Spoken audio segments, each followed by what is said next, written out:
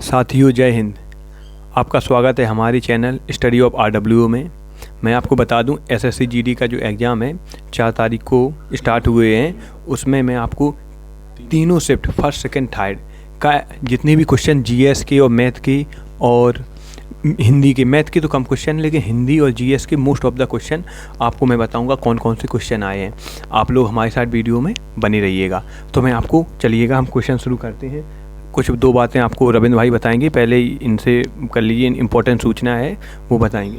हाँ बिल्कुल, सभी लोग हमारे साथ ज़रूर बने रहें लास्ट में वीडियो तक। बिल्कुल क्वेश्चन GS के मैंने लिख के तैयार किए हैं। तीनों शिफ्ट के क्वेश्चन आप लोगों को बिल्कुल दिखाए जाएंगे। जो भी तैयार किए हैं मैंने सब कुछ इसमें आपको बताए जाएंगे कौन कौन से क्वेश्चन आए हुए हैं।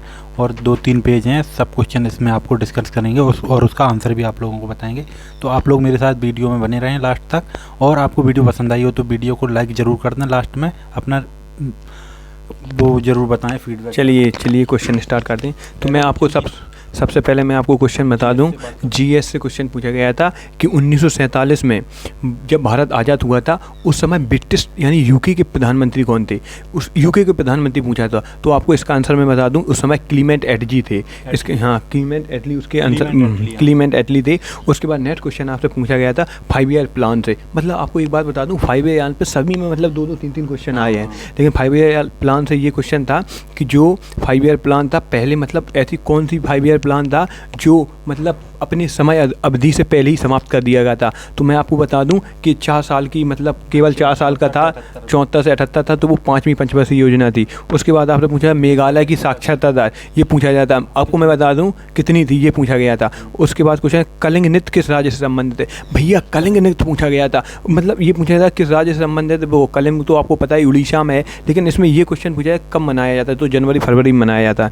नेक्स्ट आपने पूछा जाता है सरकार के कितने अंग हैं। तो आपको मैं बता दूं सरकार के 3 अंग होते हैं। बिल्कुल सही बात रविंद्र भाई ने बिल्कुल सही बता दिया। और क्वेश्चन आपसे एक रीजनिंग में डाई से पूछा गया था। डाई से रीजनिंग में बहुत पूछे जा रहे हैं कि इसका डाई का अपोजिट डाइस में पूछा गया था, ई का अपोजिट, और ये आपके पहली शिफ्ट में आया था, ई का अपोजिट पूछा गया था। चलिए नेक्स्ट क्वेश्चन आपसे पूछा जाएंगे। उसके बाद मतलब जो सेकंड शिफ्ट थी उसमें पूछा गया था पंचवर्षीय योजना का उद्देश्य, मतलब पहली पंचवर्षीय योजना का उद्देश्य। तो आपको बता दूं पहली पंचवर्षीय योजना किसी पर आधारित थी। और इसमें क्वेश्चन ये भी पूछा गया था शायद कि किस मॉडल पर आधारित थी। हाँ बिल्कुल सही बात है, हैरोल्ड डोमन मॉडल पर आधारित थी। आपको मैं बता दूं ये क्वेश्चन मैं सब अपने लाइव डिस्कशन में डिस्कस करता हूँ, जो शाम को 6:30 बजे चलता है।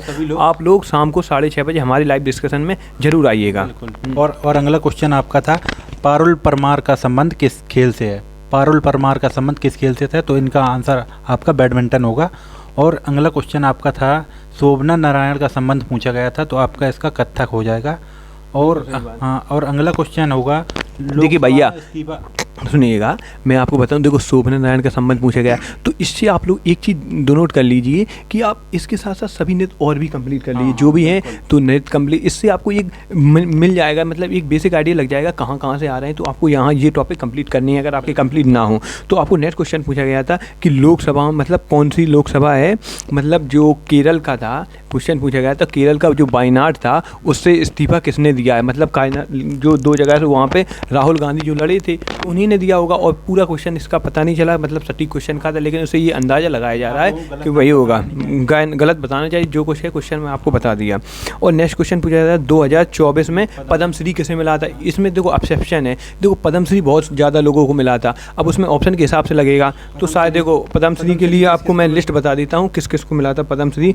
देखो खलील अहमद को मिला था, सुश्री अच्छा रोहन बोपन्ना को मिला था, एस राजन्ना को मिला था, योनम चिन्नम को मिला था, और गौरव खन्ना को मिला था, सत्येंद्र सिंह लोहारी को मिला था, खलील अहमद को मिला था, और सीता रॉय को मिला था। मतलब इतने लोगों को मिला था। अब ये आपके ऑप्शन से होगा, जैसा आपका ऑप्शन होगा उसी हिसाब से ये कर सकते हैं। बिल्कुल सही बात, ऑप्शन के हिसाब से होगा। और ये भी पूछा गया था पद्मश्री मतलब पद्म भूषण किसको मिला था। मतलब क्वेश्चन ऐसे ही आ रहा है। और नेक्स्ट आगे क्वेश्चन सुनिएगा, देखो पेपर आपका भैया पेपर मॉडरेट है, भैया मॉडरेट नहीं, पेपर मतलब ज़्यादा इजी टू मॉडरेट है, मतलब ज़्यादा नहीं, बिल्कुल प्रीवियस ईयर बेस पे याद आ देते हैं। चलिएगा नेक्स्ट क्वेश्चन आपको देखते हैं, टाइम बर्बाद नहीं करेंगे। और नेक्स्ट क्वेश्चन पूछे मोहिनी अट्टम का संबंध किस राज्य से है, तो आपको पता है केरल से संबंध है। और भरतनाट्यम भी था शायद, हाँ भरतनाट्यम भी पूछा गया था। और हाँ ये साइंस से क्वेश्चन आया था एटॉमिक नंबर से। ये एग्जैक्ट में पता नहीं चल पाया किसका एटॉमिक नंबर पूछा था, लेकिन ये पता चल गया कि एटॉमिक नंबर से आया था। वो जयंती। अच्छा हाँ, और आपको बता दूं एक क्वेश्चन आया था कि जो 2 अक्टूबर को गांधी जी की जयंती मनाई जाती है, जो इस बार मनाई गई है 2024 में, वो कितने भी नंबर की थी? देखिए क्वेश्चन का लेवल आप लोग देखिएगा। तो इसका आंसर होगा 155वीं जयंती थी। और सुनिएगा नेक्स्ट क्वेश्चन आपसे पूछा जाता है, बताने का प्रयास करिएगा, सुनिएगा।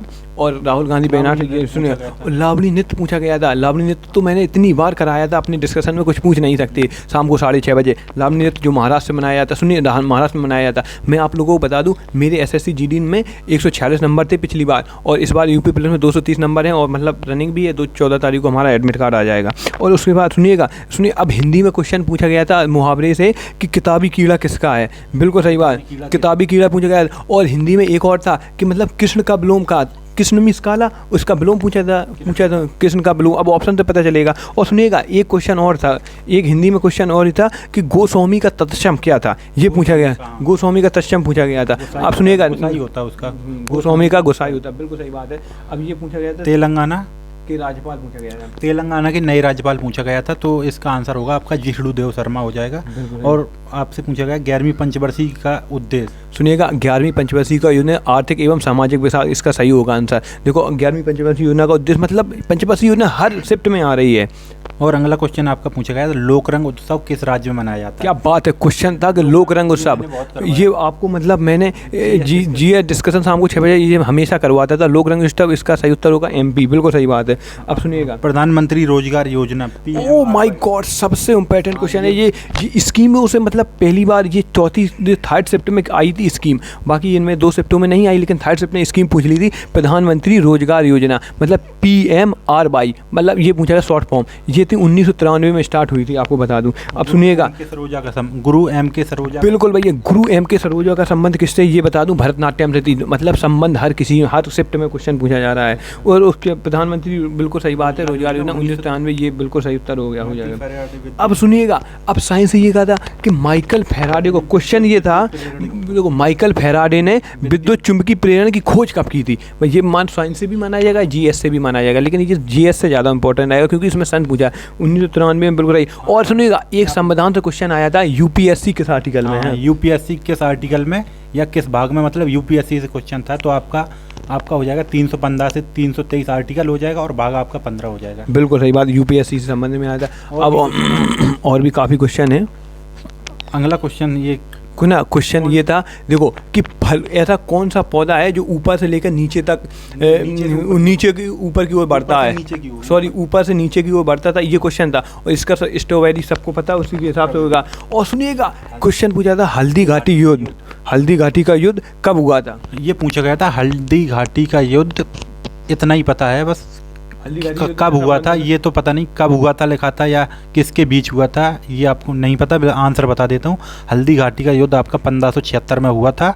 और ये अकबर और हेमू, हाँ महाराणा, ये पता नहीं मुझे भी, लेकिन किसके बीच हुआ था? ये अकबर लिखा था, और इस डैश दिया गया था, उसमें भरना था किसके बीच। चलिएगा आपको नेक्स्ट क्वेश्चन पूछता हूँ, बताने का, सुनिए पूछूंगा नहीं, नेक्स्ट क्वेश्चन जो आया था वो बताइएगा कि पहला एशियाई खेल कब हुए थे? पहले एशियाई खेल कब हुए थे बता दूं, 1951 न्यू दिल्ली में हुए थे, ये आपको बता दें, यही आया था। और हरित क्रांति का संबंध किससे था? ये आया था। हरित क्रांति का मतलब आप समझ रहे, MS स्वामीनाथन, इससे थे। आप आधा चीज़ें समझ लीजिए, आपको इससे बेसिक आइडिया लग जाएगा कैसे क्वेश्चन आ रहे हैं। और सुनिएगा 2011 के अनुसार भारत का लिंगानुपात जो 943 है, बिल्कुल सही बात पूछा गया था। और सुनिएगा क्वेश्चन पूछा गया था कि अशोक के शिलालेख किस भाषा में थे?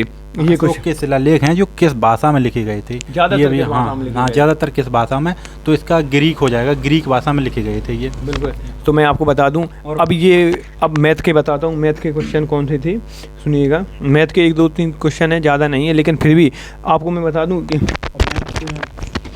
मैथ से बता दूँ आपको, मैथ भी बिल्कुल ईजी आ रहा है, कोई ज़्यादा हार्ड नहीं है। मतलब 3-4 क्वेश्चन ऐसे हैं जो थोड़े मैथ में हार्ड हैं, फंसाने लायक हैं।